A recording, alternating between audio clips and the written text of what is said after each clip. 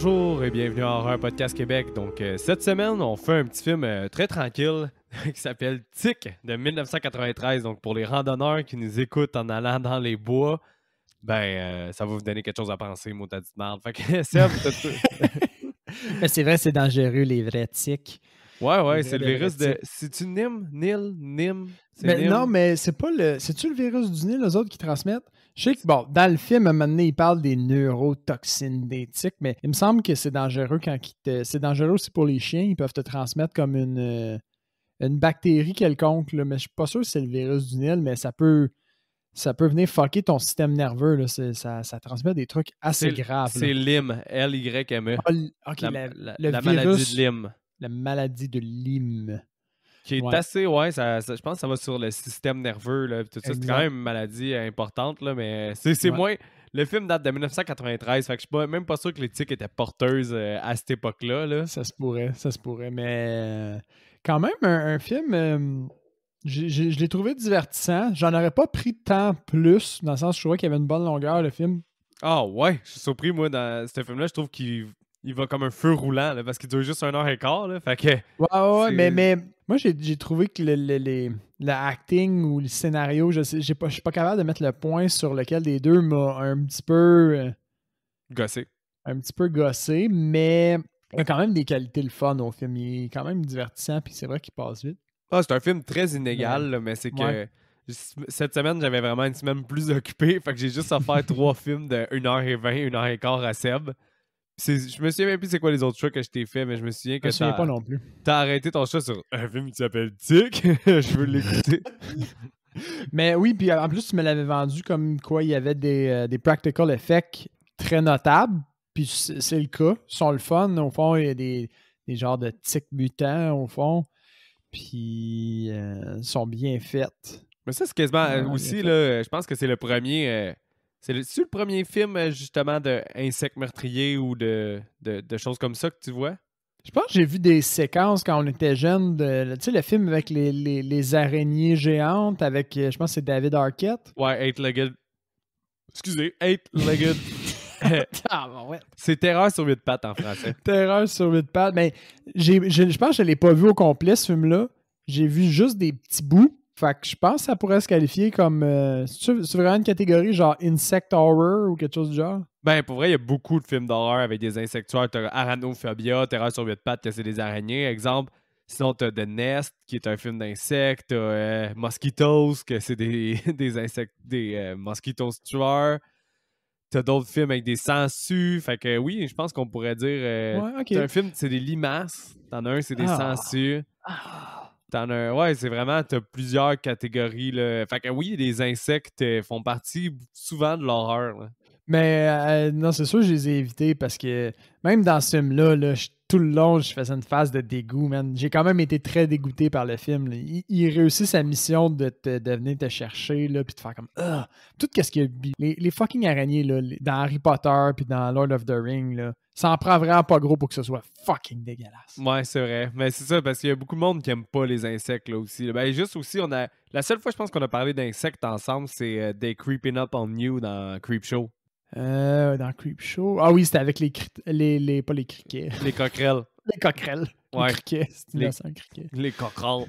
Les coquerelles. Mais c'est ça, puis ça me fait penser aussi, petite anecdote parlant d'araignées géantes. J'étais allé m'amener dans un parc d'attractions. J'ai fait un voyage en Californie, puis j'étais allé au Universal Studios. Ouais. C'est comme un parc d'attractions. Puis ceux qui me connaissent un petit peu savent que j'haïs les manèges aussi. Bon.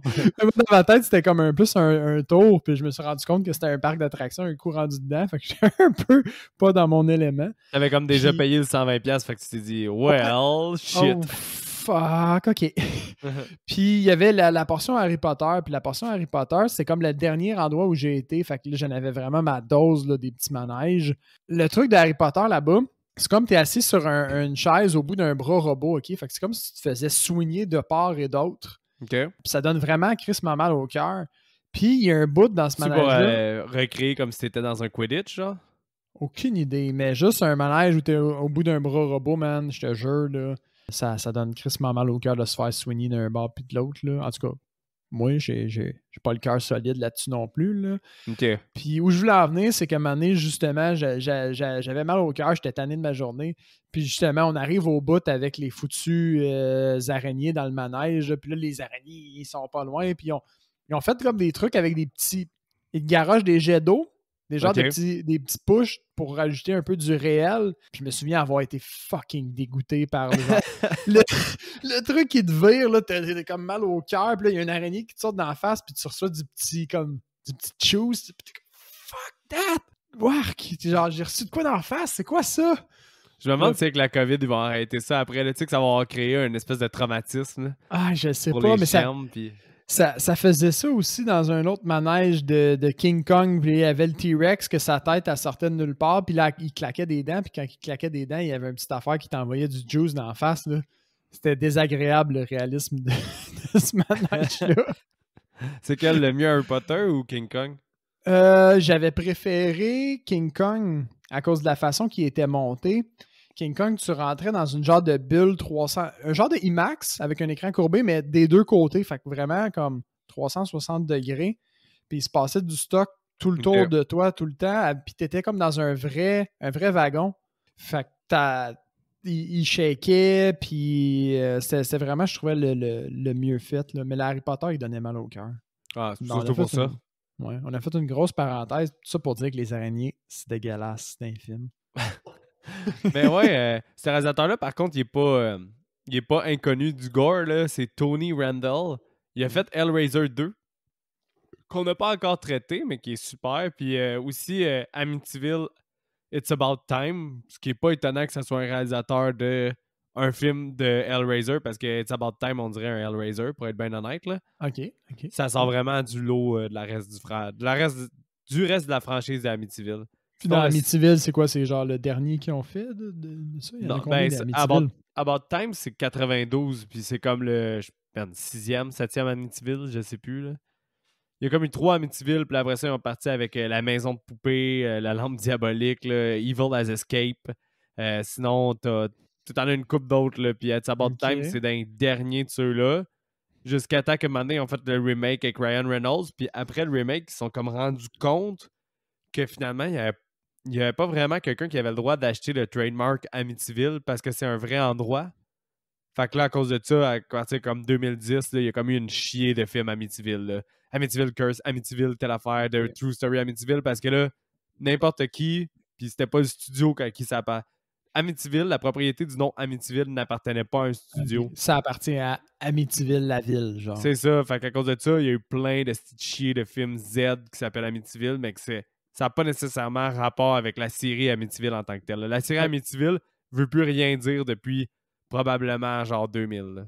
Fait que ça serait un cas où, à cause de droits d'auteur absents, mettons, ça a dégradé la série, genre. Ah ouais, ben oui, parce qu'il y a plein de sous-merdes qui ont été faites par rapport à ça, puis que tu veux même pas prendre ton temps là, de les écouter. Puis même là, ça, je te dirais que c'était pas la plus grande série, les Amityville. Il y a quand même une couple qui valent une écoute, là, puis moi j'ai grandi avec, fait que c'est sûr que maintenant on fait des Amityville. Mais toi, es-tu déjà allé à Amityville? Il me semble que tu as déjà fait une couple de villes hantées dans des trips précédents.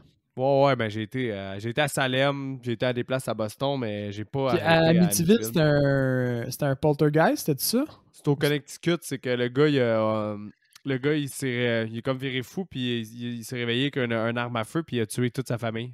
Ses petits frères, ses petites sœurs, puis ses parents. Puis après ça, le gars qui serait allé vivre là après avec sa famille, il serait viré fou lui aussi, puis il aurait voulu peut-être tuer sa famille ou des idées meurtrières. Okay. Mais il a pas tué personne, là. OK.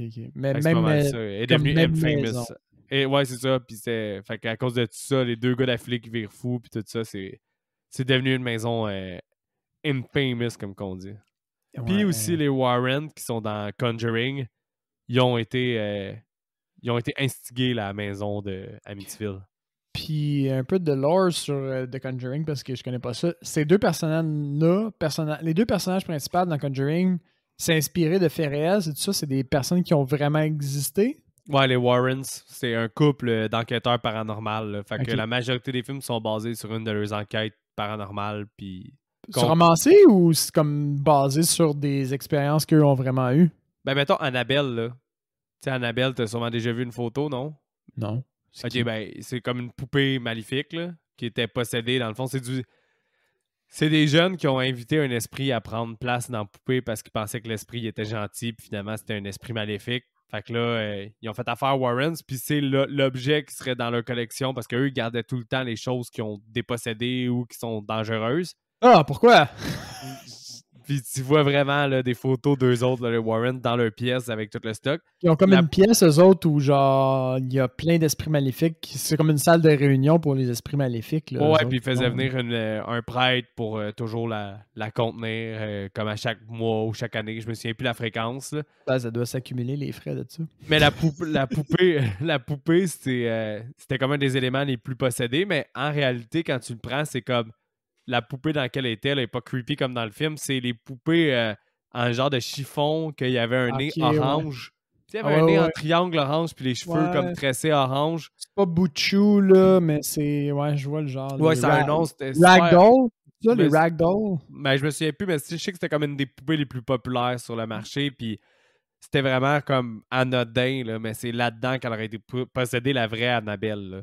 Fait que c'est, mais dans le film, ils ont fait une poupée blonde comme un genre de porcelaine, hyper creepy pour les biens de comme les suites, etc. Mais ouais, hey, c'est bol, je sais pas pourquoi on a. Ah oui, c'est à cause qu'on a été avec Amityville puis on a débordé. Tout ça à cause des araignées à base, là, je dois te dire. Ouais, c'est ça. Mais regarde, sinon, là, on a Brent V. Friedman. Donc, ça, c'est le scénariste pour notre film Tick. C'est de Tick qu'on parlait, gang. Qui, je sais que ça allait déraper, ça risque de déraper souvent parce qu'il n'y a pas tant de chair alentour de l'os de ce film-là. Là. Basically, là, il est très straightforward puis vraiment simple à suivre. Là. Mais sinon, ce scénariste-là, il a fait The Resurrected, qui est une adaptation d'un roman de Lovecraft. Ouh, ouais. Puis il a fait Mortal Kombat 2. Qui était universellement mal aimé.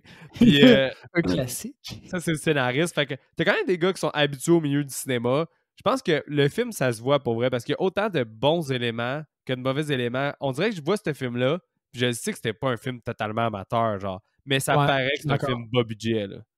Je suis d'accord avec ça, parce qu'il y a toutes les... Il y a des trucs qui font pas de sens, que tu te dis qui ont été placés là pour le bien de l'image puis de l'esthétique du film. Puis des fois, encore une fois, il y a des petites erreurs, là, comme, bon, spoiler alert, là, à la fin, là, je sais pas si tu as remarqué, toi, Seth Green, il y a un moment où il tombe d'une fenêtre. Ouais. Le plan suivant, il est rendu, genre, il conduit le char, là. Ouais. Ça fait genre, vite, on quitte. Puis genre, passer au travers du toit ou je sais pas. Puis ce plan-là, juste celui-là, il m'a tellement fait chier. Je suis comme, hey, on avait quand même une histoire cohérente, genre, jusqu'à ce plan-là qui fait juste pas de sens, pas temporellement. J'ai noté plein d'affaires. J'ai noté plein d'affaires de même quand je vais faire mon appréciation générale du film, là, parce que, en tout cas, on va en reparler, là. J'ai hâte qu'on en parle quand même. Sinon, là, tu sais, c'est comme un classique de ces genres de films-là que tout le budget a dû aller dans la gang de maquillage. T'as Greg Nicotero, qui est super connu. C'est comme une rockstar du monde, un peu comme Tom Savini. Là. Okay. Il était dans le make-up department. T'as donné une idée, Greg Nicotero. C'est lui qui part Creepshow sur Shudder. Puis c'est lui aussi qui a encore plus connu. Là, c'est lui qui a parti de Walking Dead, qui est quand même devenu un phénomène. Là. Ah oui, puis en termes de maquillage, etc., on s'entend de Walking Dead, c'est quand même un défi incroyable. Bon, ouais, puis tu sais, t'as Robert Kurtzman, puis tu sais, Greg Nicotero, il est beaucoup avec Tarantino, là, il a été faire des... Django, il a été faire des maquillages pour Django, il a été sinon faire des maquillages aussi, si je ne me trompe pas, pour From Dusk Till Dawn, mais tu sais, t'as Robert Kurtzman qui était dans From Dusk Till Dawn, qui est dans l'équipe. Ils sont 20 personnes pour le maquillage, là. T'as donné une idée, là. Fait que il y avait du monde à la messe, puis c'est pour ça qu'on a des... Moi, au niveau practical effects, ce film-là, je l'adore, là. Ben oui, puis les tics sont... Je pense que ça aurait été vraiment un film de marde si les maquillages n'étaient pas aussi bien faits. Ah ben oui, 100%. Là, c'est vraiment ça qui sauve le film. Le but du film, c'est... Puis je pense pas que le film a la prétention de se prendre jamais au sérieux. Jamais. Mais ce film-là, où est-ce que je vais en venir, moi, c'est que pour un film de tic, que c'est crissement pas crédible comme déjà synopsis de base, ce film-là n'a pas le droit d'être aussi bon qu'il l'est. Puis c'est pour ça que je te l'ai présenté. Je suis d'accord qu'il est débalancé là-dessus parce que style d'histoire fait pas beaucoup de sens, mais tu finis quand même le film que, bon, tu peux pas dire que c'est un chef-d'œuvre, clairement pas, mais tu peux pas non plus le couler parce que peut-être en tant que genre connaissant d'horreur, fan d'horreur, puis ayant un certain background, les practical effects sont le fun. Ils font comme vraiment plisser la face, là, genre, oh shit. Puis moi, je trouve que aussi le facteur divertissement est dans le tapis. Le pace, c'est dans le tapis. Fait que tu sais, ça dure 1h15, puis tu le vois zéro passer, c'est 1h15 là. Exactement. Fait qu'au niveau du divertissement, il est à considérer quand même. Là. Je suis d'accord avec toi. Tu penses que le budget était de combien? J'ai pas trouvé la recette, combien le film a fait, mais j'ai trouvé le budget. Dans quelle année, lui? Il n'y a pas de grands acteurs tellement. 93. 93. Il y a plus rien. En 93, j'ai l'impression qu'il n'y avait plus rien qui se faisait en bas des millions, là, déjà. Fait que je vais dire un 3. 3 millions? 2 millions. Ah, quand même. Je suis en bonne échelle au moins. C'était dans mon range, là. Ouais. Mais ouais, ça, ben, tu peux nous guider dans ce film-là. Là, ben, on va partir tranquillement. Ça va être facile. Ça va aller quand même vite. Bon, fait qu'on a une genre d'ouverture un peu classique où on voit une vieille grange qui a l'air abandonnée. Puis après ça, on nous présente l'intérieur de la grange. Puis là, il y a de l'espèce de machinerie qui fonctionne. Le tout alimenté en énergie par un hamster qui court sur... c'est vraiment prétendu que c'est ça?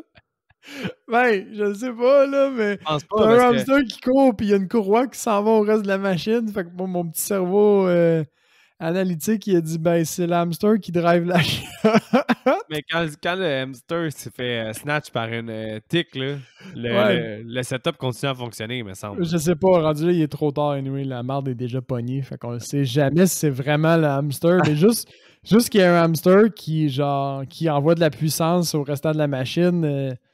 ça fait aucun calice de sens. Ah ouais, puis spoiler alert, là, dès que vous voyez un animal dans ce film-là, il va mourir. Fait que c'est pas un film pour les animal lovers qui sont pas capables de voir un animal mourir parce que il y a un hamster, un chien, spoiler alert, le hamster puis le chien meurt.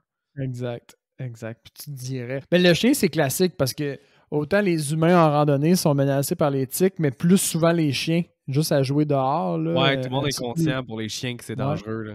Fait que ça fait que la machine qui est alimentée par un hamster, bon, on voit qu'il y a comme... c'est une vieille cochonnerie, fait qu'elle coule, puis elle coule l'espèce de jus sur un genre d'œuf de tique. C'est comme la prémisse, là. Tu cherches pas plus loin que ça. Pourquoi il y a un monstre? Ben, c'est à cause qu'il y a de l'huile qui est coulée dessus, là, ou quelque chose du genre. Ouais, mais c'est à cause... c'est straightforward dans le crime, là. Au final, t'apprends que c'est une espèce de substance qu'il y a dans le pot, là, pour... c'est un engrais chimique. C'est un genre d'engrais chimique. Là. C'est la vétérinaire qui dit ça, puis elle dit « Dis à personne que je te l'ai dit », comme si elle était dans le coup, tu sais. Non, mais c'est qu'elle sait tout. Elle sent la tique morte, puis là, après ça, elle fait juste dire « c'est un engrais... c'est un engrais qui est une espèce de stéroïde pour les plantes, hyper puissant, que les farmers qui grow du weed dans le coin utilisent. Hey, mais dites-le pas à personne que je vous l'ai dit. » OK. Elle crissement dans le coup, puis c'est même pas son champ d'expertise. La fille est vétérinaire, là. Engrais, vétérinaire, pote, c'est comme... Ben, c'est sûr qu'elle en fume. C'est sûr qu'elle en fume, là. Clairement. Fait un coup qu'on voit le juice tomber sur l'œuf, on sait qu'il va y avoir un monstre qui va émerger de ça, puis ça coupe un genre de parking. Puis là, cette scène-là, la scène, moi je l'ai appelée la scène du drop-off, là. C'est nul. Elle fait aucun calice de sens. Là. Non, elle fait zéro sens tout. Là. Pour vrai, quand on s'en allait en parler, là, c'est ça que j'allais te dire. Que comme moi, je trouve le film divertissant, je trouve qu'il y a comme pas de temps mort. Mais malgré tout, dans le film de 1h15, j'aurais juste eu besoin qu'il se fasse dropper puis que tout le monde soit déjà là. Puis ils font « Let's go, on part d'un bois. » Puis que lui, il fasse comme juste « Oh fuck, je suis obligé d'aller d'un bois. » mais... OK, je vais décrire la scène, mais vous allez comprendre assez vite. Le gars, Seth Green, son père, il le drop en dessous d'un viaduc, en plein milieu de la ville. Puis il dit une telle, elle a aidé beaucoup de jeunes, tu devrais vraiment faire ça, ça va être bon pour toi. Il le drop là avec un sac, puis il se passe. Genre, puis là, tu comprends qu'il y a quelqu'un qui s'en vient peut-être le chercher, mais comme en tant que parent, il est quand même irresponsable. Surtout quand tu sais que cet enfant-là, il a des problèmes à cause qu'il s'est fait laisser seul à un certain moment. Puis c'est à cause de ça qu'il a besoin d'aide. Puis là, son père, il fait direct ça. Là. Il le laisse là, il le drop tout seul, il crée son camp. Mais c'est que son père, il veut son père veut combattre le feu par le feu. Là. Dans le fond, à un moment donné, il était. Le backstory de Seth Green, c'est son seul backstory, là, fait que c'est pas bien compliqué. C'est qu'à un moment donné, son père était waste pendant qu'il était en camping, puis il a laissé son fils dans le bois tout seul. Fait qu'à cause de ça, ben Seth Green il a passé des jours tout seul dans le bois, puis depuis ce temps-là, il est traumatisé de ça. Puis il est plus capable de rester tout seul. Il est plus capable de rester seul. Fait que là, il y a un autre personnage qui se pointe de nulle part avec son chien puis ses lunettes, puis qui se met à genre talk shit comme s'il allait le poignarder. Finalement, il joue au basket, puis les deux, ils s'envoient des répliques cultes là, de genre « I'm not your friend. OK. » Genre ce niveau de langage-là. Finalement, tu te rends compte que Daryl, il est chill. Il y a une vanne qui arrive avec 2 personnes. Ils s'introduisent, on fait comme « Ah, je suis Oli, puis Charles, on vient vous chercher tous les deux. » T'es comme « OK. » Fait que Daryl, il était dans le coup. Là, il y a genre une BMW qui se pointe out of nowhere. Genre, avec les tires qui chirent pis tout. T'as un dude pis une fille qui sortent du char. Là, c'est genre la chicks pis le cool guy. Moi, je les appelle les douches. Les deux douches. Eux autres, ils s'en vont pour aucune bonne raison dans le bois. Puis ils laissent leur char en plein milieu en dessous d'un viaduc, là. Avec plein de graffitis puis clairement dans un endroit très défavorisé. Ah ouais. Fait qu'eux autres, ils arrivent là avec leur char genre de riche, mettons, là. Ils crissent le char là, ils s'en vont dans le bois. Mais c'est après que c'est comme une espèce de camp pour délinquants juvéniles un peu, là. Ouais, puis enfants problématiques, là. Le père, le gars Charles, puis la fille Holly, qui est comme les 2 adultes responsables, ils ont l'air d'être des genres de psychologues ou des agents sociaux, mais c'est vraiment pas clair. Ils ont vraiment pas une attitude professionnelle avec les jeunes. Là. C'est fuck all mur à mur. Ils ont zéro une attitude professionnelle, puis j'ai marqué aussi qu'ils ont aucune autorité parentale. Là. Ils ont vraiment jamais, là. Tu sais, hey, on s'en va à la pêche, une telle. Non, fuck la pêche, j'aime pas bien ça. Well, OK. Puis genre, tu sais, ça finit là, c'est pas comme, non, tu vas y aller pour développer tes compétences. Ils font jamais rien, ils ont aucune initiative pour essayer de sauver les kids de leur situation. Et ils ont zéro l'air des adultes. Là. Puis tu sais, tu comprends qu'ils sont censés être des professionnels, genre, du système social ou whatever, parce que, à un moment donné, quand ils arrivent au camp, t'as le gars, il fait une espèce de narration dans son micro, puis il dit... Je ne sais pas si ces jeunes vont finir par interagir ensemble et développer des liens sociaux. C'est comme Chris! On dirait que c'était une attente. On dirait que c'était une attente du film à essayer de partir une narration puis que ça a échoué lamentablement après cette scène-là. Là. Ils ont dit oh shit, cet acteur-là est pas compétent pour faire ça. Là. Sur le coup, moi j'ai trouvé ça popé dans le genre ça instigue un peu son genre parentalisme puis son aspect professionnel dans son investigation. Voyons. Je vais le dire. Son axe professionnel dans cette situation-là. Il essaie de faire en sorte que les jeunes interagissent, puis il prend des notes comme un bon psychologue professionnel, mettons, le ferait. Puis genre, 2 scènes après, il est en train de fourrer sa chick, puis les jeunes, ils crissent le feu, puis genre, tornac, le calice de jeunes, ils gossent. Ouais. Ouais, vraiment. On dirait qu'ils ont voulu le faire comme un camp counselor de slasher. Là. Ça ouais. Pas que... c'était de la merde. Fait que, t'apprends à demander, là, il y a un tic sur le chien, justement. Puis là, oui, il s'arrête parce qu'ils ont un genre de simili-flat. Puis là, ouais, ils sortent du char, il y a une tic sur le chien. Fait que c'est comme la première tic qu'on voit. C'est censé être un happening. Mais Seth Green là, dit, il appelle ça The Vampire of the Insect World.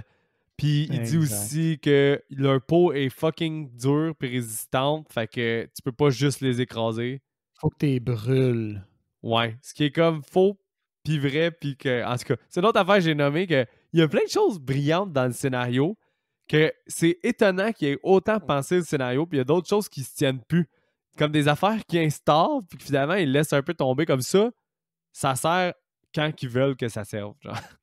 Cette information-là. Parce que j'avoue qu'il y a au moins une tic sur 2 qui écrase, puis une autre tic sur 2 qui brûle. Exact, puis c'est pas congruent. Comme un moment donné, ils l'arrachent d'une personne, puis après ça, ils disent non, touche pas, faut la brûler.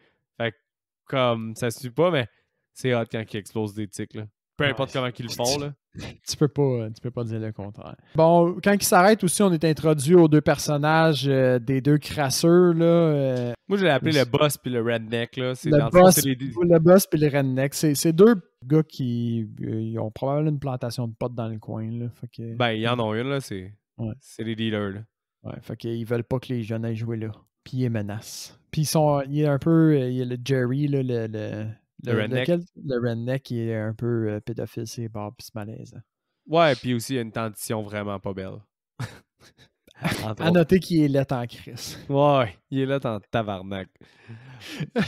Un peu parallèlement à tous ces événements-là, bon, dans la grange qu'on a vue au début, on voit le gars qui l'opère, là, l'espèce de plantation de potes qui est dans la grange propulsée par un hamster. Puis c'est là où À chaque fois, ça me fait rire. Je suis pas sûr que c'est voulu que ça soit propulsé par un hamster, mais bon. Maintenant, c'est dit, là. C'est dit, man. C'est comme ça que ça a été interprété. Ben, on voit comme l'espèce de première tique mutante sortir de nulle part, attaquer le dit hamster. Bute, là, vraiment, la tique à bute le hamster, man. C'est quoi déjà que le gars il dit quand il voit que le hamster est buté? Genre, damn boy, you're fuck, ou je me souviens plus? Ah, je me souviens pas non plus qu'est-ce qu'il dit, mais il a l'air vraiment déconcerté parce que son hamster s'est fait comme éventrer, là. Ouais. Juste un peu avant aussi, on a droit à un genre de l'éclosion de la tique. T'as comme une espèce de goût de gelée là, qui tombe à terre en moton. Là. Ça, c'est dégueulasse. C'est vraiment, vraiment bien fait. Moi, j'ai aimé ça. Ben, moi, pour vrai, là, parce que là, tu vois juste la tique se promener, mais ça, à ce moment-là aussi. T'es comme en first person dans la vue. Tu vois comme si t'étais la tique qui se promène. Ouais, exact. Ça fait ça une couple de fois. Ça faisait une couple de fois, c'est toujours drôle. Mais là, lui, on va faire cette scène un peu plus longtemps, là, parce que ça va être entrecoupé avec des teenage dramas, là, comme Seb dirait si bien. Là. Mais qu'est-ce qui arrive, c'est que le gars, il pile dans une trappe à ours. Qu'il a seté lui-même en plein milieu. Qu'il a seté lui-même en plein milieu de sa fucking environnement. Ce qui est complètement idiot, là. Ça marche juste pas, là. Mais bon, peu importe, là. Il se passe le pied là, puis qu'est-ce qui arrive, c'est que là, en tout cas, ça coupe à Seth Green et compagnie. Mais quand ça revient à lui, ça me fait fucking rire parce que là, il est magané, puis il y a une tique sur lui. Oui. Puis il voit juste la tique dans sa jambe ou quelque chose comme ça. Fait qu'à cause de ça, il essaie de tirer sa jambe avec un gun pour l'arracher. Puis il tire comme 2 balles dans la jambe. Hey, ce scène-là, elle me fait mourir. Là. Ah oui, c'est bon. C'est bon parce qu'il y a certaines tiques, les tiques, ils n'ont pas tous le même comportement. Hein? Il y a des tiques qui rentrent en dessous de la peau, il y a des tiques qui mordent et qui crissent leur camp. Genre, il y en a qui sont juste là pour blesser, puis il y a des tiques qui s'attachent. Ils n'ont pas toutes la même game. Là. Mais honnêtement, on peut juste continuer à partir de là parce que les seules affaires, là, j'ai noté, là, les seules affaires qu'on a, c'est que Seth Green s'en va en randonnée avec la fille du boss, puis elle a une tique dans le dos, puis personne ne les croit. Puis that's it, là. Il se passe pas encore à part de ça, puis tu vois qu'il y a un peu de tic dans leur campement. Là. Ça finit là, puis après ça, t'as la scène que je viens de dire. Là. Quelqu'un tire sa propre fucking jambe, man, pour essayer d'enlever les tics. Mais t'as raison que le comportement des tics sont pas congruents. Là. Exact. À partir de là, on peut dire aussi que les tiques les tiques mutantes, mettons, ont vraiment envahi la région. Là. Parce que si je me trompe pas, à partir de là, on est rendu à peu près au bout du feu où le gars il se réveille parce que les autres ils ont crissé du gaz dans le feu puis ça a fait une boule de feu. Puis là, il décide d'aller se promener dans le noir. Puis... Mais il est en tabarnak après eux parce que le bois est sec puis ça peut créer des incendies de forêt. Des feux de forêt, oui, c'est vrai. C'est là qu'il set le fait que le feu, c'est dangereux en forêt. En Californie, tout le monde le sait, c'est quand même un common knowledge, je pense, au moment où on en est. Là. Ouais. Tout ça pour dire que le chien, il finit par aller se promener tout seul parce que c'est un chien puis il est indépendant. Puis il se fait attaquer par une des tiques. Puis là, le jeune que j'ai appelé Daryl un petit peu plus tôt, mais son vrai surnom, c'est Panic. Ouais, parce qu'il panique jamais. Parce qu'il panique jamais. Puis là, il se met à paniquer justement parce que son fucking chien, il crève. Ouais. Parce que là, il capote. Bon, son chien, au fond, il est plein de tics. Là. Il arrête pas de shaker à cause qu'il est plein de tics. Ah, mais shaker, c'est pas le bon terme. Là. Il convulse. Là, ouais, je pense que c'est convulsé, c'est un meilleur mot. Puis il finit par mourir. Puis à partir de là, panique. Ça panique. Puis il décide de fuir, crisser son camp. Bon, le lendemain, il y a la police qui se pointe parce qu'ils ont appelé la police à cause du chien mort. Ouais, la police, ça fait juste dire, allez au vétérinaire puis faites attention aux drug dealers dans le coin. en gros. Là. Ouais, c'est pas mal ça c'est pas mal ça la scène du shérif, là. Mais il a l'air vraiment concerné, là, ce qui est surprenant parce que, en théorie, sûrement, je pense qu'en temps normal, il serait comme « Tu m'as appelé pour un chien qui s'est fait tuer par un insecte? Really? » Sérieux? Mais bon. T'as brûlé du gaz, man, pour me faire monter jusqu'ici. En tout cas, finalement, il décide de Doc, le père, Charles, moi je l'ai appelé le Doc dans mes notes, là. Puis Tyler, Seth Green, il décide d'aller voir la vette. Puis cette scène-là est vraiment cool. C'est une des scènes que j'ai trouvé les plus nice parce que c'était une des premières fois, je pense qu'on voyait on avait l'occasion de voir la tique monstrueuse comme up close, là, de proche et en détail. Hein. Mais moi aussi, ça me faisait rire quand elle essaie de prendre un prélèvement sanguin de la tique, puis que Ouais. là, la tique, elle reprend le sang à chaque fois qu'elle y enlève, parce que clairement, au début, elle pique le chien, puis elle dit « C'est bizarre, Ouais. il y a comme plus de Pas de sang sang. dans ton chien. » Puis maintenant, elle pique à la bonne place, elle doit piquer la tique par défaut. Ouais, ouais, Ben, elle c'est pique ça. la tique par défaut parce qu'on le voit après. Puis la tique, elle reprend tout le temps le sang dès qu'elle essaie d'y aspirer. Puis là, justement, Ouais. elle retire la tique avec la seringue. C'est très Exact. drôle. C'est dégueulasse. Ouais, quand même. C'est dégueulasse. Bien Fait que là, grosse. après ça, qu'est-ce qui se passe? C'est que la tique, elle s'enfuit un peu dans le local. Ils finissent par la cerner. Puis c'est juste eux autres qui la cherchent au fond, puis ils essaient de la pogner. Puis tu vois une espèce de petite araignée, mettons, qui se promène avec une seringue dans le dos. Là. Ouais. Jusqu'à ce qu'à un moment donné, ils font comme, il y a squish. Je me souviens plus qu'est-ce qu'elle dit. Elle dit. Ben, c'est là que tu apprends tout par rapport à la tique. Là. C'est là que tu apprends que c'est Ouais. des stéroïdes herbales, que ça sent. Tu apprends aussi qu'ils ont une espèce d'analgésique quand ils mordent en dedans d'eux autres. Fait que le Ouais. chien devait se sentir comme s'il était sur le LSD. Là. Ouais, un genre de drogue au fond qu'elle injecte. Fait que c'est ça. Puis là, on voit comme l'intérieur de la tique. Ça, c'est quelque chose que je pourrais reprocher au film, par exemple. Puis on dirait qu'il y a des fois où ils ont repris le même plan ou le même. T'as pas eu cette impression-là qu'il y avait des plans ou des close-ups de tic qui étaient réutilisés à plusieurs endroits dans le film? Ah, ça se peut. Ça m'étonnerait même pas.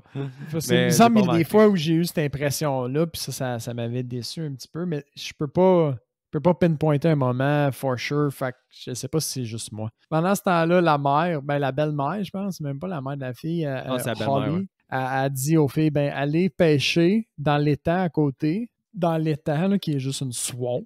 Au fond, fait que là, t'as le personnage de Melissa. Tu vois que les personnages sont pas si importants que ça, parce que à date, on est rendu à quoi, 45 minutes du film passé. Puis Kelly puis Melissa, c'est la première fois qu'on en parle. C'est vrai. C'est deux filles. Au fond, Melissa, c'est la fille des deux parents en chef. Puis Kelly, c'est une fille qui parle pas. Exact. Elle dit Une pas un timide. mot. Fait que là, ils s'en vont pêcher. Finalement, on apprend un peu pourquoi que Kelly, elle parle pas. Et puis, finissent par lancer leur ligne dans l'espèce de... C'est pas un étang, là, honnêtement. C'est vraiment une mini swamp, là. Ouais, vraiment. Puis quand ils lancent leur ligne à l'eau, bon, ça mord. Et puis là, ils ressortent un cadavre. En fait, à Kelly, elle est genre, ben là, va dans l'eau, va chercher le poisson. Puis Melissa, elle avait vraiment été bonne d'aller se mettre les deux pieds dans le swamp. Moi, j'aurais dit, fuck that. Clairement, là. Laisse la ligne brisée. Je mets pas les pieds là-dedans. Je m'en crise de ton poisson boutant, là. Puis finalement, c'est ça. Ben, elle s'en va dans l'eau, puis il découvre un cadavre. Puis, je sais pas si tu as eu cette impression-là, mais plus tard, c'est dit que c'était le cadavre du shérif. Mais ils en ont jamais fait part à personne. Ils en ont jamais fait part à personne. Puis, le cadavre qui ressort de l'eau, j'ai l'impression qu'il ressemble pas pantoute au shérif. Il ressemble zéro au shérif. Zéro. Parce que j'avais vraiment l'impression que c'était comme un autre policier. Là. Ouais, je pensais pas que c'était le shérif. Fait que là, ils ont fait une petite tweak de scénario. Bon, parallèlement à cet événement-là, on a les deux Chiquita, je me souviens plus comment tu les as appelés. Les douches. Les deux douches qui se promènent dans le bois, qui finissent par tomber sur la grange abandonnée. Puis la fille rentre, puis là, elle se fait attaquer par une des tiques. Je me souviens bien. Non. Elle se fait attaquer, oui. Elle voit les œufs de tiques qui sont sur le mur, puis qui sont putilants. Puis là, le redneck, oui, il saute dans la vrai. face, puis il dit « I'm infested! » Il dit « Je suis infesté! » Puis là, il y a une espèce de pustule dans la face qui est une tique qui est en train de forcer, puis vouloir sortir de sa face. Puis elle éclate dans la face genre, à la douchette. Puis elle se fait mordre par la tique par l'entremise de cette scène-là. Exact. Puis après ça, elle hallucine. Quand elle va parler avec son chum, elle hallucine son chum à cause qu'elle a été mordue par une tique, fait qu'elle a du elle LSD dans le hallucine. corps. Ouais. Ben, elle hallucine son chum comme étant le gars à Manifested! Ça me fait vraiment rire. Ah, c'est vrai que c'est drôle, ça. Là, après ça, ça saute à Panic, qui est encore une fois sur la panique. Ouais. Parce qu'il est seul dans le bois. Lui, il a comme dormi dehors parce qu'il s'était sauvé là, à cause qu'il était fâché à cause de son chien. Puis là, lui, à cause qu'il a dormi dehors, il s'est comme fait bouffer par les tiques durant la nuit, il me semble. Ouais, il y en a ses jambes. Il y en a une qui est en train de sucer la cuisse. Ouais. Puis là, lui, pour l'enlever, il se poignarde la jambe lui-même. C'est comme un thème dans ce film-là de se mutiler. Ouais, c'est vrai. Puis il tombe sur les deux dégueulasses, là, les deux drug dealers. Qu'est-ce qu'ils disent déjà? Il me semble qu'ils disent de crisser son camp, puis finalement... Non, ils veulent le tuer. Non, ils essaient de le tuer, ouais, c'est ça. Ils sont fucking agressifs avec lui. Ils se disent, il est sûrement là pour pogner notre pote, là. Fait que là, le redneck, il dit à son boss, tue-le, daddy, ou mais sir, tue-le, sir. Puis, Sir, oui, c'est vrai. Finalement, puis là, le gars, il a réussi à poignarder dans la jambe le redneck en chef, qui a l'air de s'en colisser de se faire poignarder. C'est vrai qu'il doit être sur de quoi de fort en tabarnak, lui, parce qu'il se fait vraiment maganer tout le long du film, ça n'a jamais l'air de faire mal. Non. Mais là, t'as juste Sir, le boss en chef, il tire une balle dans le dos, une balle de 12 dans le dos de Panic. Le Panic qui dévale la côte. Puis en faisant ça, il tire sur un genre de bidon d'essence qui est malencontreusement positionné au bon endroit en plein milieu du bois.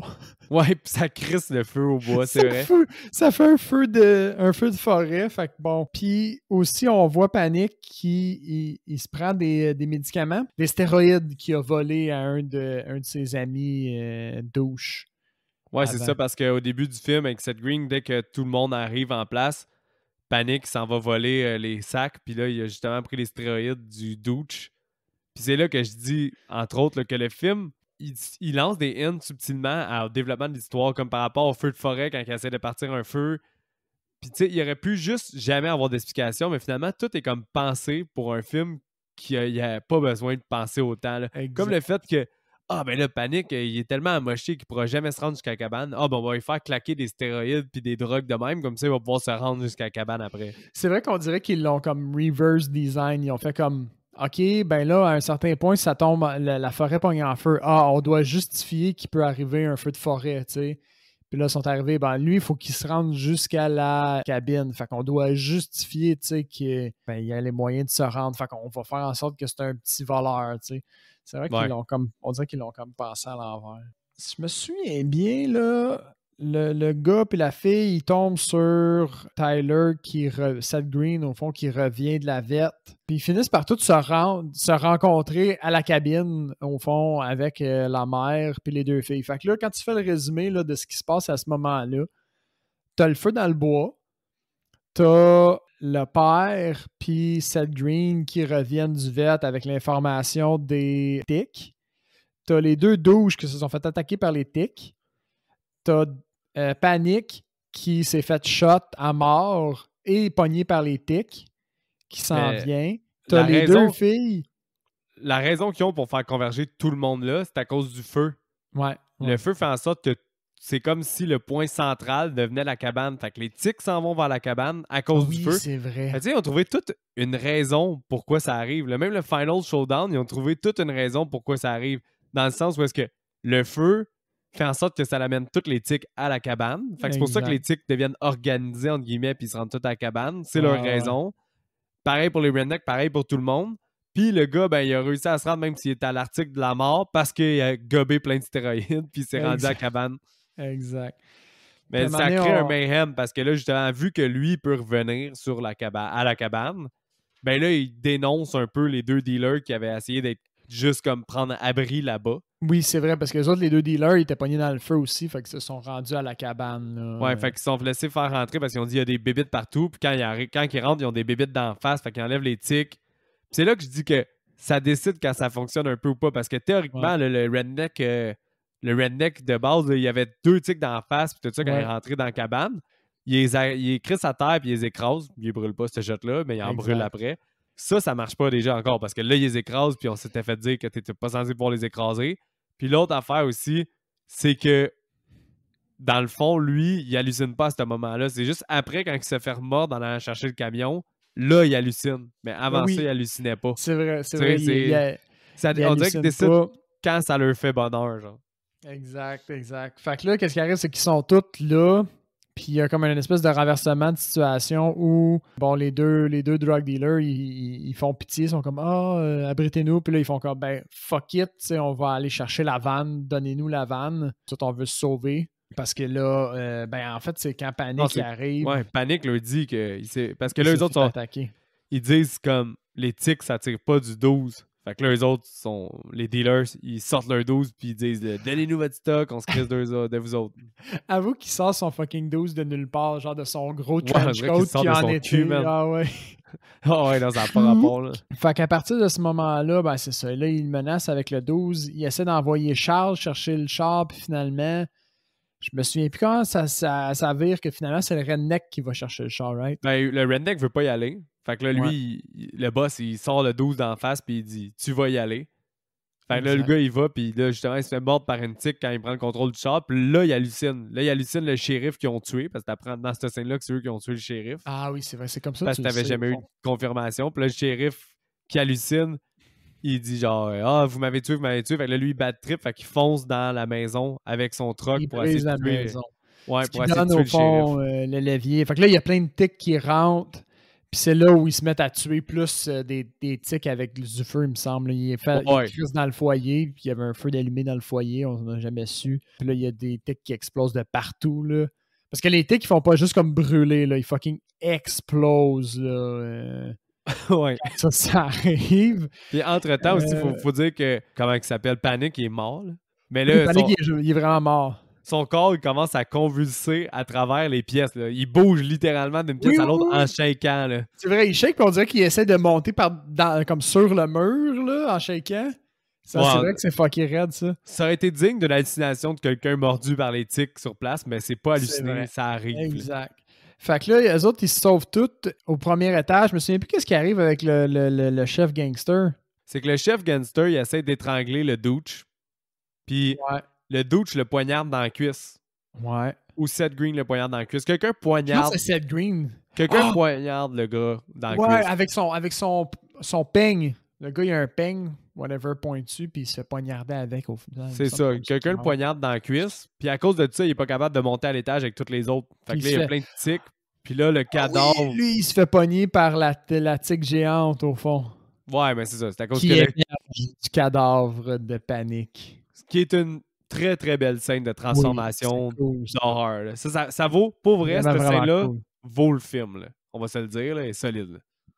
Je trouve aussi, ouais. À partir de là, quand il y a le feu, puis il y a le corps mort, qui a le shake, puis qui finit par se transformer en tique géante, je suis amplement d'accord avec toi. Ça C'est vaut que le film. La Ah oui. transformation, elle prend son temps, là, parce que les pattes déchirent en premier ses genoux. Fait que tu comme vois des- des filaments de peau, puis c'est Ouais, tout vraiment. des pics qui Ah, sortent, là, ouais. c'est Cronenberg style. Là. Puis après ça, Ah oui?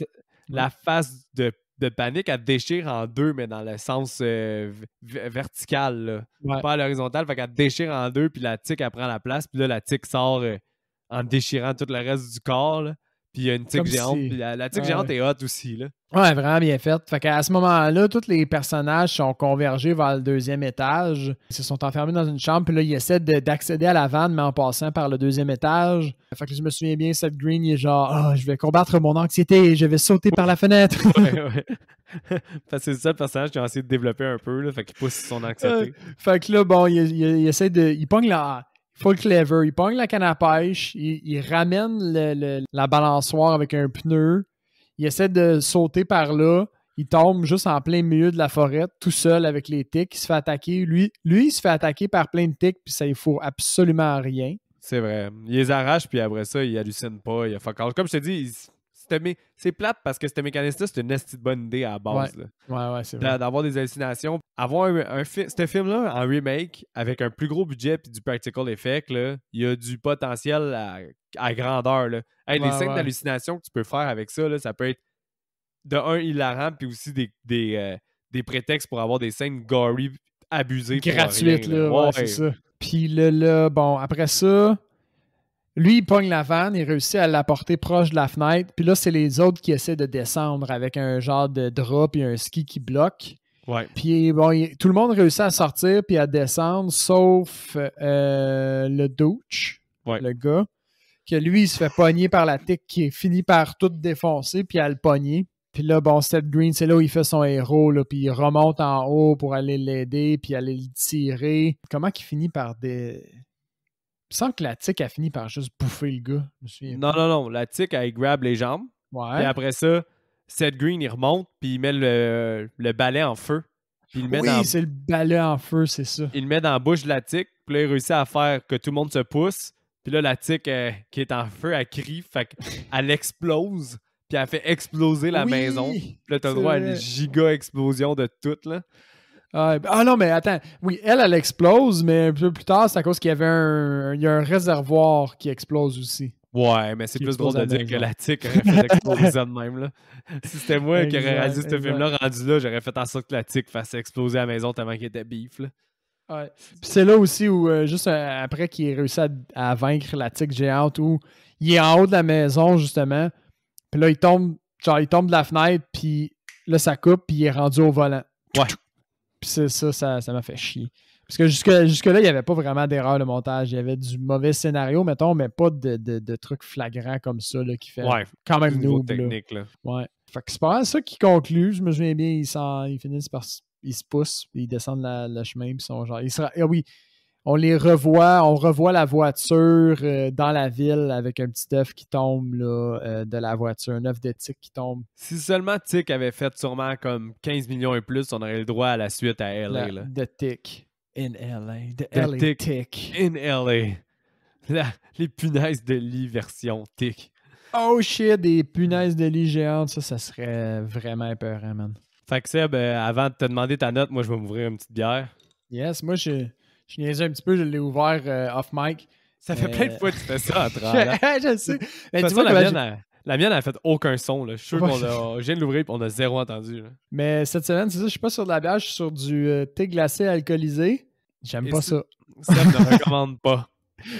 Ben, c'est ça. Je trouve pas que ça goûte bon. Mais on me l'a donné. C'est quelqu'un qui en avait acheté une caisse puis qui la voulait pas puis qui me l'a donné. Fait que j'ai pas dit non parce que d'habitude, le free stuff, c'est encore meilleur, mais là, c'est pas ça. ce shot-là. Ben, c'est gratuit, je le bois, je suis content de le boire, mais c'est, mettons, c'est ça. J'en rachèterais pas. Fait que Seb, ta note, puis tu recommandes-tu Tic? J'ai hâte de voir ça. J'ai mis un 5.5 sur 10. OK? Fait que pas vraiment bon, mais pas absolument mauvais non plus. Avec un peu de recul, c'est pas un grand film, mais il mérite quasiment de se rendre jusqu'à 6. Mais pour les gens qui aiment l'horreur puis le practical effect, surtout le practical effect. Moi, c'est pour ça que ma note est 6.5 en fait. C'est majoritairement à cause de cet élément-là. C'est ça. Il va être divertissant, mais pour ces gens-là qui trippent sur le practical effect, il y a quand même une petite tension. Là. Moi, c'est tellement dégueulasse qu'on dirait que ça m'a rendu nerveux à certains moments. Ça, c'est pas mal. Mais après, c'est quasiment le crew qui est venu me chercher le moins. Bien moins que certains crews de slasher. De slasher. Même un peu pire que je trouvais que le crew de Maximum Overdrive, le Borderline. Là. Est-ce que pire que Texas Chainsaw Massacre, t'as pas l'air d'aimer bien ce crew-là non plus? Ouais. Kiff, je te dirais. Parce que dans Chainsaw Massacre, c'est un personnage en particulier qui fucking gosse. Texas Chainsaw Massacre? Hey, ça, j'ai dit? Non, je suis sûr que tu l'as pas dit comme ça. Là. On dirait que t'as dit Texas Chainsaw Massacre. Texas Chainsaw Massacre? Peut-être, mais dans ce film-là, c'est un personnage qui me faisait vraiment chier. Tandis que là, je connecte avec aucun personnage parce qu'il n'y en a aucun qui est développé adéquatement, puis ils sont tous de la merde. Mais mettons, de la merde. À quel public tu recommandes ce film-là? Juste les fans de Practical Effect. That's it, that's all. That's it, that's all. Si vous aimez le practical effect, vous voyez un effet spécial dans un film, les fans de Cronenberg notamment, puis vous trouvez ça hot quand ça vous fait comme ah, yark! Si ce film-là, il est pour vous, vous allez trouver votre compte. Si ça vous laisse complètement indifférent là, quand il y a des affaires dégueulasses d'insectes ou whatever, puis vous trouvez ça désagréable, ben, regardez pas ce film-là. Moi, honnêtement, là, la première fois que je l'ai écouté, j'étais peut-être un 7.5. Puis là, je te dirais qu'il y a moins une bonne valeur de réécoute que je le pensais. Mais je suis resté diverti. C'est ça qui est weird. C'est un peu le film est tout le temps en contradiction. Ben, même mon feeling est en contradiction. Parce qu'honnêtement, la première fois que j'ai vu ce film-là, j'ai vraiment trippé. Parce que justement, je me disais, ce film-là qui s'appelle Tick, qui est sur des ticks, n'a pas le droit d'être aussi nice que ça. Puis j'étais un peu flabbergasté par la transformation de Tick qui est insane, là, pour être bien honnête. Parce que tu l'avais sous-estimé, au fond, sur ta première écoute, qui a genre popé. Okay. Fort probable, mais tu sais, sinon, le scénario, il y a quand même des bonnes idées, là, je te l'ai dit, là, le feu, le fait que ça fasse tout commencer. On dirait qu'ils ont comme des on dirait que... ouais, c'est ça. Non, mais tu sais, les stéroïdes qui font en sorte que ça crée aussi des hallucinations, puis des choses, tu sais, les stéroïdes pour les rendre plus gros. On dirait que tout a comme été trop pensé pour ce film-là, qui avait pas besoin d'être autant pensé. Mais en même temps, il y a plein d'inconsistances dans le genre que, justement, ils choisissent quand ils veulent faire halluciner le personnage. La peau qui est censée être dure des tiques, ben des fois, tu as le droit de les faire exploser, mais d'autres fois, tu as le droit de les écraser. Ouais. Tu sais, aussi, tout le monde est comme conscient hein, que les tiques sont une menace, mais t'as jamais de scène, comme dans les autres films, que quelqu'un qui rapporte vraiment la menace, puis que là, tout le monde comprend que la menace est là. Je suis d'accord avec toi. Il n'y a pas de scène où c'est clairement énoncé que la vraie menace, c'est les tiques. Ouais, c'est jamais dit. T'as tout le temps les drug dealers qui sont pas loin ou le feu. Puis les tics, on dirait que c'est juste un élément autour. Entre autres, c'est ça. Comme le seul moment où la tic a vraiment été méchante pour ce crew-là, c'est quand ils ont tué le chien, où là, ça a fait comme « Oh shit, il s'est passé quelque chose. » Puis « Ah, c'est à cause de la tic. » Tout le restant est comme un peu... Même la fille, quand elle se fait attaquer, au final, ils mettent ça un peu sur le dos des drug dealers. C'est ça, tout le monde s'en crisse aussi là, quand elle s'est fait attaquer. Entre autres. C'est vrai que ça passe quand même sous silence. Mais sinon, c'est à cause... Il y a quand même des éléments qui sont bien passés. Le practical effect est insane. Là. Moi, la scène du chien puis la tique qui se promène, quand ils font du POV tic, je trouve ça drôle. Le « I'm infested » puis que c'est tout ce genre de practical effect qui me font vraiment capoter puis triper. Puis la transformation est mongole. Fait que tu sais, moi, je pense que j'adore le practical effect. Fait que ce film-là, il avait vraiment ressorti avec un pas de recul que je suis capable de faire puis que la deuxième écoute aurait aidé. Je vais peut-être moins le recommander aussi chaudement que je le recommandais. Okay. Mais comme toi, je suis 100% d'accord que c'est à voir pour les fans finis de Practical Effect puis que ça n'a pas été encore vu dans votre liste. C'est ça. Sinon, ça, c'est vrai, ça. Si ça n'a pas été... si vous ne l'aviez pas déjà dans votre liste puis que vous sentez que vous avez fait le tour un peu de ce qui se fait dans l'horreur puis que vous n'avez pas encore vu ça, ça peut être un bon petit rafraîchissement. Parce qu'il dure 1h15. Le pacing est bon. Ça et tout, c'est une affaire qu'on a oublié de dire, mais tu t'emmerdes pas, par contre. Oui, je suis d'accord avec ça. Je suis d'accord avec ça. Par contre, si vous aimez le développement de personnages, que vous aimez le cinéma un peu plus de qualité, honnêtement, vous allez repasser. Là. Tu y vas vraiment juste pour le practical, ce film-là. Là. Vraiment, là. C'est là que tu as raison. En parlant avec toi, je le réalise qu'il y a beaucoup de défauts de ce film-là. Puis c'est vrai que, surtout les 20 premières minutes, là, c'est low budget, c'est low acting, c'est low ben des affaires. Si tu passes à travers ça et tu es là pour le practical, ça vaut vraiment le détour. Mais sinon, c'est vrai que c'est pas un grand film à proprement dit, mais le pacing est bon. Ça dure pas tant longtemps. C'est 1h15, puis t'as le droit du bon gore. Amplement d'accord. Fait que Seb, toi, as-tu un bon recast ou t'étais complètement désintéressé? Je pense que j'en ai un popé. J'en ai un popé. T'en as combien? J'en ai 4. Ah, ok, moi aussi. Oh, wow. Tu veux-tu commencer ou j'y vais? Oui, ça va être assez simple au fond. Moi, le premier recast, c'est le dude à moitié chauve. Ouais, je l'ai moi aussi, recast. Puis, je serais pas surpris qu'on aurait le même. C'est l'acteur qui joue le père de Eric Foreman dans That 70 Show. Ah non, le tien est meilleur, mais moi, j'ai mis le personnage de Jean-Michel Anctil là, quand il y a un casse à la tête, là, puis c'est un peu mon gars. C'est C'est bon, j'ai ça. C'est quoi déjà son nom aussi? Je me souviens plus, mais tu sais que C'est je veux dire, là. Ranto. Ouais, c'est Ranto. Ouais, c'est vrai de ça, je Ouais, pense. Ranto qui se fait bouffer par une tique puis qui se crisse le pied dans son propre Non, mais piège à ours, c'est bon. il a littéralement l'air d'un mongol, là, ce personnage-là. Là. Fait que je me suis dit, mais ça me fait. Jean-Michel Anctil qui acte de même. I'm infested! Ça aurait fité. Ah, ça, c'est bon, c'est bon. Moi, j'ai aussi Jerry, donc le Le père? redneck. Non, Ah, le le redneck. redneck. Ok. Le redneck avec les dents. J'avais Émile Bilodeau. Fait que, mettons, Ok. tu prends Ouais. Émile Bilodeau et tu l'arranges laid, là, comme lui, avec les dents et tout. Ça, Ouais. il serait capable de le jouer. Ça Puis le fait. son boss, au fond, j'ai Pierre Ok. Curzi. C'est qui Pierre Curzi? Dans Les Invasions barbares. Ah oui, ça fit. Ouais, je sais c'est quel. C'est pas pire, hein? Ouais, Puis, automatique. J'ai même pas besoin de checker, puis tu me dis dans les invasions barbares, je sais ouais, quel personnage. ok. c'est direct ça. Fait que il y a lui, ça fitait sa face 100%. Ouais, vraiment bien. Là. La mère, Holly, mon dernier recast, j'étais incapable de la dissocier de Brigitte Boisjoli. C'est une chanteuse de Star Academy, elle a les yeux bleus pétants, des tatous. Puis, en tout cas, dans ma tête, la face de la mère, puis c'est une chanteuse, là, mais avoir le niveau de acting dans le film, elle aurait pu le acter aussi.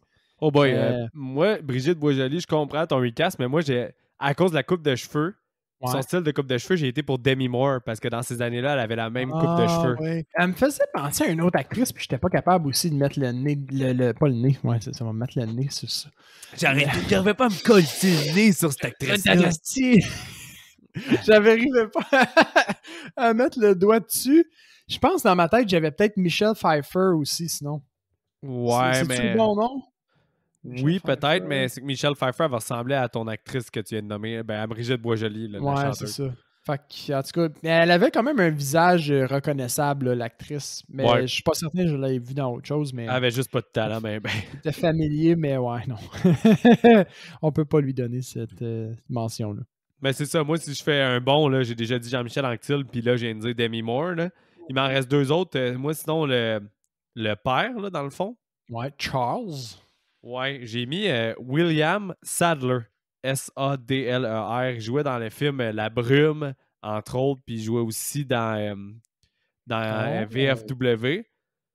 Fait lui, je sais pas pourquoi, il me faisait vraiment penser au père. Aïe, aïe, bien joué. T'as sorti de ça de quoi? De quel film? Ben, la vraie inspiration, là, c'est à cause de Tales from the Crypt de Demon Knight. Ben, il joue dedans, puis ça m'a fait penser à cet acteur-là. Wow, bien joué parce que honnêtement, c'est spot on. J'ai comme trouvé une photo de lui un peu plus jeune, là. Puis c'est vraiment bien, mais il n'y avait aucun moyen que je fasse ce lien-là, personnellement. Non, c'est ça. C'est pas un acteur. C'est le genre d'acteur que tout le monde connaît sans connaître son nom, là, un peu. Là. Tu l'as sûrement déjà vu, mais il est pas marquant. Là. Cool. Puis sinon, le shérif, j'ai mis Bruce Dern. Bruce Dern, c'est l'acteur dans Nebraska, puis aussi dans Hateful Eight que t'as pas encore écouté, Seb. Ouch! Direct dans... Puis lui, tu le remplaces par qui, excuse? Le shérif. Ah, ben oui. Ben oui, ça fait. Ben oui. Ben oui. Tu trouves un acteur beaucoup trop talentueux pour un rôle de 30 secondes. Ouais, pour finalement se faire shot puis se faire mettre dans un vieux pond. Puis pas être le même acteur dans le pond. Pas être le même acteur. Même pas te faire caster pour faire toi-même mort. Ça, c'est fucking honteux. C'est quand tu coûtes trop cher, ça. Mais ouais, c'est ça qui conclut mon recast. Puis là, je suis curieux de savoir ce que tu as écouté cette semaine. J'ai écouté deux bons films cette semaine. Des films, pas des séries? Non, des films, ouais. Tombé plus dans des films, j'ai eu un peu de temps. J'ai regardé le film Glass. Ok, ouais. La suite de Split. Ouais. Split. J'ai un feeling mitigé. Ben, c'est clairement moins bon que Split, là. Ça, c'est sans clairement. Équivoque, là. Selon moi, c'est le moins bon des trois, là. Ok, ben moi, je n'avais pas vu Unbreakable, fait que tu te souviens, je t'avais demandé si ça valait la peine que je le regarde. Je pense que mon expérience aurait été un petit peu bonifiée par le fait d'avoir vu Unbreakable. Mais je pense pas avoir manqué de détails de l'histoire. Il est quand même bien fait, puis il est quand même assez explicite. Ah, ben oui. Certains trucs que j'ai haï. J'ai haï la fin. Je vais pas le spoiler, mais j'ai haï la fin. Ben, parce que la fin, elle fait vraiment un film de super-héros, là. Ouais, elle fait vraiment chier. J'aurais plus aimé qu'il s'arrête un peu avant. En tout cas, Ouais. je veux pas en dire trop pour les gens qui nous écoutent qui l'ont pas vu.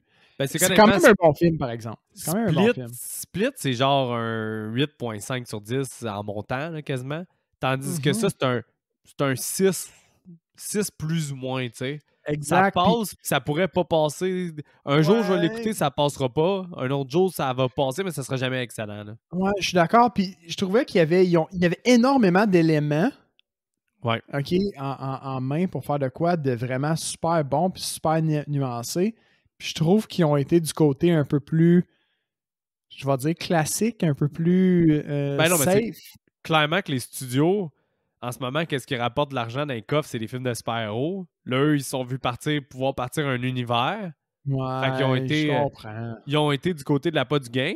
Puis le problème, c'est que qu'est-ce qui a attiré le monde à Split puis à Unbreakable, c'est pas nécessairement que ça a été un multiverse de super-héros. C'est juste que c'était hot que ça soit tout le temps la ligne, justement, entre est-ce que c'est vrai, est-ce que c'est faux, est-ce que c'est des super-héros, est-ce que ça n'en est pas, qu'est-ce qui est vrai, qu'est-ce qui est pas vrai, c'est juste mental, puis que ça soit intellectuel au lieu d'être juste un spectacle de combat. Le problème est que, justement, le côté intellectuel dans Glass, il part, là. Exact. C'est pas... Puis le personnage, au final, de Samuel L. Jackson, je l'ai pas aimé non plus. Je trouve pas j'ai pas aimé son rôle dans le déroulement des choses. Mais lui, il est dans Unbreakable. Ouais, ben c'est ça. C'est pour ça que je dis peut-être que j'aurais été bonifié parce que j'aurais été un petit peu plus fan de ce personnage-là, mais... Non, parce que c'est l'entrée la moins bonne des trois. Là. Je pense pas que ça aurait été bonifié ou rien. Ce film-là a vraiment beaucoup de défauts, Glass. Là. Mais en même temps, je trouvais qu'il y avait tellement de potentiel. Il y avait vraiment des moments dans le film où j'étais comme « Oh, OK, ça s'en vient. C'est deep, il y a une thèse là-dedans. Là. Il y a quelque chose de... Il y a comme un second sens, puis je vais en retirer un message ou quelque chose, puis finalement, non. Non, c'est ça. Les choses sont ce qu'elles sont, on dirait. J'ai pas trippé, moi, ben honnête. Okay. En fait, je sais que c'est pas un 6 pour moi, Glass. Okay. C'est genre en bas, là. Cool. J'avais l'impression qu'il y avait un genre de fanbase sur ce film-là, puis qui était en tout cas plus haut dans l'estime de certains gens. Fait que j'avais comme des attentes en plus. Fait que je me demande vraiment si quelqu'un a plus aimé Glass que Split. Je serais surpris. Là. Split, c'était vraiment bon. Je suis d'accord. Sinon, l'autre film que j'ai regardé, c'est sur Netflix, The Green Book. Avec... le film gagnant d'un Oscar. Ouais. Ça a gagné l'Oscar du meilleur film, peux-tu croire? Pour vrai? Ouais. Je savais pas. Mais c'est bon, moi j'ai aimé ça. Tu l'as-tu vu, toi? Non, je l'ai pas vu parce qu'il y a eu une espèce de polémie, là, comme quoi ce film-là était peut-être trop bon enfant puis pas assez représentatif non plus de la vraie réalité de cette dynamique-là d'amitié. Puis que c'était pas Oscar-worthy, là, supposément. Là. Il rentre déjà dans les listes. Ouais. Il rentre déjà dans les listes de comme pire gagnant du meilleur film. Là. Ben, à l'écouter, j'aurais peut-être pas dit un gagnant d'Oscar, mais à mes yeux, il aurait pu être nominé. Parce que ce que j'ai aimé de mon expérience de ce film-là, c'est à quel point le sujet était lourd, mais le film n'est pas si lourd que ça à regarder. Ouais. Comme on parle de racisme, clairement, puis de profilage, puis en tout cas, de plein de choses terribles.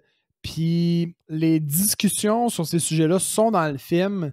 Puis à mes yeux, elles ont bien passé. Puis elles n'étaient pas lourdes. J'étais pas comme dérangé par ces discussions-là. Ouais. Alors que je les regardais avec un peu cette attente-là de genre, tu sais, on va essayer de me faire réfléchir sur mes positions. Puis on va essayer de me Pensez à être moralisateur, genre. Moralisateur, exactement. Puis finalement, c'est juste une bonne histoire. Puis je la trouvais juste bien narrée parce que j'ai adoré la relation entre les deux personnages qui est vraiment gagnante-gagnante au final. Chacun retire quelque chose de l'autre. C'est ça que j'ai aimé de ce film-là aussi. OK. La relation est dans les deux sens, même si tu te dis que bon, c'est un personnage qui va clairement amener l'autre à grandir. Les deux retirent de quoi de cette relation-là. Ouais. Puis que ce soit, historiquement précis ou pas, au final, pour moi, je m'en calisse. C'était une bonne histoire, puis les personnages étaient bien développés, je trouvais. Fait que Pour moi, au moins nominé aux Oscars, je trouverais que ça fait du sens. Gagner, je sais pas, faudrait que je check avec les autres nominés, là, honnêtement. Là. Ça date de quelle année, lui, déjà? Attends. Je suis pas sûr si c'est pas cette année, c'est peux-tu? Mais ouais, je vais regarder pour le fun. Je suis vraiment curieux de voir C'est quel autre... 2018, puis Viggo Mortensen, je sais pas si j'ai dit son nom comme il faut, mais il doit avoir pris comme 40 à 80 livres pour ce rôle-là, puis il joue vraiment bien son rôle d'Italien, je trouve, qui a une mauvaise nutrition là, de ces années-là. Là. Ah, honnêtement, c'était vraiment pas une grosse année pour les Oscars, là, je regarde ça. Là. C'était quoi, mettons, la catégorie dans laquelle il a été nommé? Il doit être écrit ici, à quelque part. Bon, ben, il y en avait plein. Oscar du meilleur film, OK. Il a gagné meilleur film, ça, je t'ai dit. Il a gagné meilleur film? Oh, peut-être pas. C'est ça, je t'ai dit. Là. Ah ouais, cette année-là, c'était Roma, le meilleur film. C'était Alfonso Cuarón. Okay. Puis il y avait The Favorite aussi, du réalisateur de Lobster. C'était deux bons films quand même, mais j'ai pas vu Green Book, fait que je peux pas te dire genre c'est lui qui aurait dû gagner ou etc. Là. Mais en tout cas, moi je recommande. Du meilleur. T'es sûr que t'en as juste vu? Parce que là, t'as dit du moins que j'ai envie de parler. 2 films, mais t'as-tu écouté d'autres choses? J'ai comme pas souvenir. J'ai écouté un paquet de petites niaiseries. Ah oui, mais ça, je t'en ai parlé. J'ai regardé un animé japonais. Ah si, ça c'est bon. Ouais, celui qui dure des 2-3 minutes. Là. C'est des 20 minutes, ouais, mais c'est comme des mini-sketchs. C'est sur Netflix aussi, c'est The Way of the House Husband. Fait que le genre de l'homme à la maison. Ouais. C'est comme des petits sketchs en cartoon d'un homme, au fond, qui était dans la Yakuza, mais qui est devenu un homme à la maison pour être avec sa femme. Puis là, tu vois un peu ces déformations de Yakuza en termes de loyauté, puis de droiture, mettons, puis de respect des règles, mais s'appliquer à des tâches de foyer, au fond. Fait qu'il fait le ménage, puis tout est clean, puis un moment donné, il renverse de quoi, puis il tâche genre la carpette, puis il se met à quatre pattes, puis il veut se couper le petit doigt, puis il est genre « Je prends 100% de la responsabilité! » Puis il veut se couper le petit doigt. C'est vraiment comédique, là. Ouais, ben oui. Moi, j'ai trouvé ça très drôle. Là, il n'y a pas d'action comme des animes. Souvent, ça arrive n'importe quoi. C'est vraiment comique. C'est vraiment des mini-sketchs, au fond. Là, OK. Il va faire des affaires. Genre, il va aller jouer au volleyball là, avec les autres femmes au foyer, puis il va prendre ça crissement trop sérieux, là, parce que c'est un Yakuza. Okay. C'est rare que j'écoute des animes qui sont pas action, là. Ouais. Puis c'est super léger, en tout cas. Moi, j'ai adoré ça. C'est une autre affaire que j'ai regardé cette semaine. OK, ouais. Mais ça me semblait aussi, là, faut pas que tu dises comme j'ai regardé autre chose, mais c'est pas important. Parce que moi, j'en ai une couple. J'avais pas allumé. Mais sinon, je vais faire une transition. Je vais y aller avec le moins bon que j'ai écouté, puis qui est une animation. J'ai écouté SpongeBob 3. SpongeBob 3. C'est quoi déjà? C'est celui qui est genre en 3D, là. C'est ça? Ouais. Puis il est bien ordinaire, là, pour vrai. Parce que le 1 était enfantin, mettons, mais il y avait quand même des éléments le fun. Puis vu qu'on était plus jeune, peut-être que c'était plus intéressant. Mais il y avait quand même des éléments cons, mais juste assez pour être le fun. En tout cas, le 2 était complètement pété. C'est vrai, hein? C'est le 2 qu'on avait été regarder au cinéma puis qu'on était genre, what the fuck, c'est un film divertissant pour tout le monde. Ça, c'est tellement ça comme. Ben, le 2, c'est à cause qu'il y a des dauphins qui tirent du laser puis qui surveillent des galaxies. Puis il est vraiment random, le 2. Là. Fait que là, on dirait qu'ils ont essayé de remettre autant de random que dans le 3, que dans le 2, dans le 3, mais qui ont essayé aussi d'être 100% enfant. Là. OK. Ça donne juste un drôle de mélange qui fit pas, là. Ça fit juste pas, là. Le blend se fait mal, puis c'est très, très enfantin, puis je sais pas. Puis on dirait qu'il y a beaucoup, beaucoup de moments que c'est juste du time filler, qu'il essaie juste d'atteindre la barre du 1h30, fait que t'as une toune à la fin, que tu vois un personnage juste pour avoir comblé du temps, puis t'as une introduction qui sert à rien, qui est mauvaise, puis qu'on dirait un épisode de SpongeBob. C'est comme un long épisode de SpongeBob, genre un long épisode. Là. Ben, je te dirais qu'il y a 1 heure que c'est un film, puis qu'il y a des éléments drôles, puis des bonnes affaires, mais il y a comme un 20 minutes au début qu'on dirait un épisode plate de SpongeBob, vraiment plate, puis la fin qui est comme vraiment boring aussi, en tout cas. Peut-être genre une demi-heure notable dans le film, puis ça va pas dans le détour. Là. OK. Sinon, après ça, dans une autre ordre d'idée, j'ai été avec Rumper Stomper, donc c'est un film... Comment? Rumper Stomper? Rumper, R-O-M-P-E-R. Stomper, S-T-O-M-P-E-R. Un film australien avec Russell Crowe avant qu'il vienne aux États-Unis, qui joue un néo-nazi. Fait que c'est un film de skinhead. Oh, shit! OK.